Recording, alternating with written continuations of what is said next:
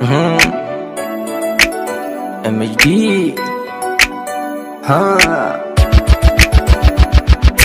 waxaana nilahan miya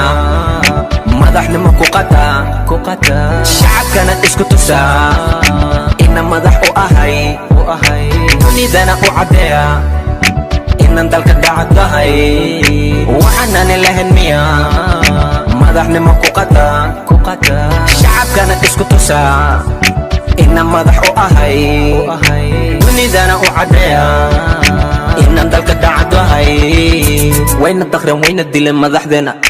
dhaawacyadana isbitaalkay ku soo boqdaan warbaahintana hadal qaldambe ku tuura ayagana cabsi dartood shib wayna qoraano oo bahiyaan wadankiiyo shacabkana sidaas buu ku dhintay dhulalkeena ina gadna duni kale u taaribna wadankeena ka caarana sacaarihii badahana midadkeena laga helo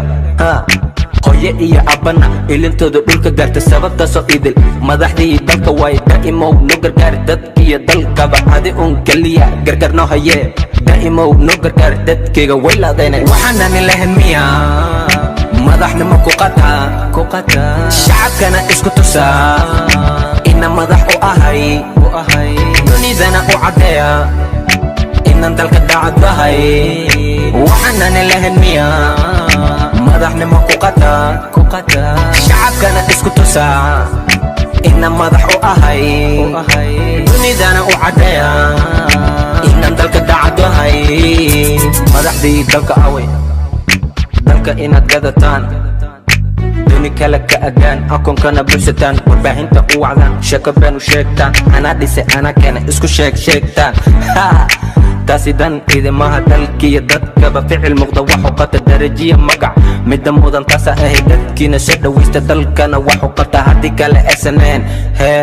nadilo nagumaada awalaad na disheene xoolaheena dhacde misna noogu tumateene wanagniga sugi meene eebaa idinku dayne sida danti noo gala damir ma balihidine waxaana nilahan miya madaxnimo ku qata shacabkana isku tusa ina madax u ahay dunidana u cadeeya